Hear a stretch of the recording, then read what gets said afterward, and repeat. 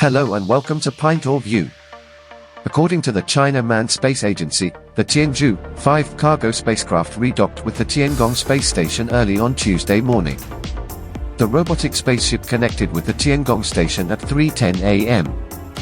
After Tianzhou-5's redocking, the Tiangong currently is connected with 3 visiting spacecraft: the shenzhou-16 crew spaceship and the Tianzhou-5 and Tianzhou-6 cargo vessels.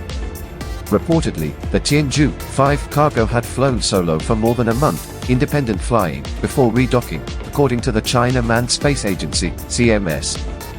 The cargo spacecraft had separated from the orbiting combination of the space station on May 5 to leave room for its successor, the Tianzhou-6, and switched to independent flight mode temporarily.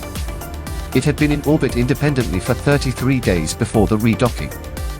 The Tianzhou-5 was launched from the Wenchang Space Launch Site in South China's Hainan Province on November 12, 2022, and completed fast automated rendezvous and docking with the space station.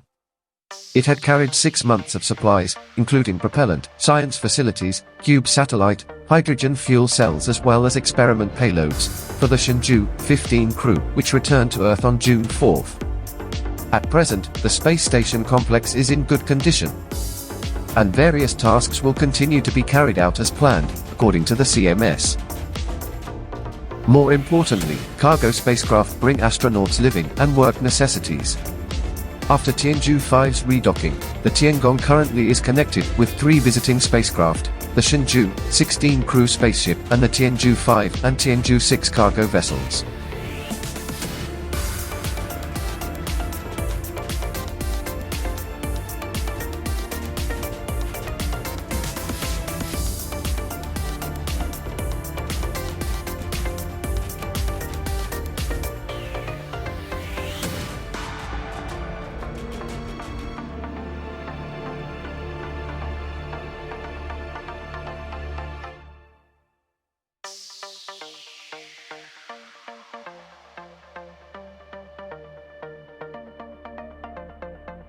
Does Shenzhou spacecraft have the ability to fly independently alongside Tiangong Space Station in case of an emergency?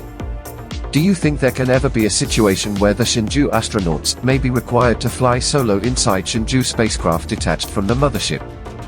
Let me know in the comments section below.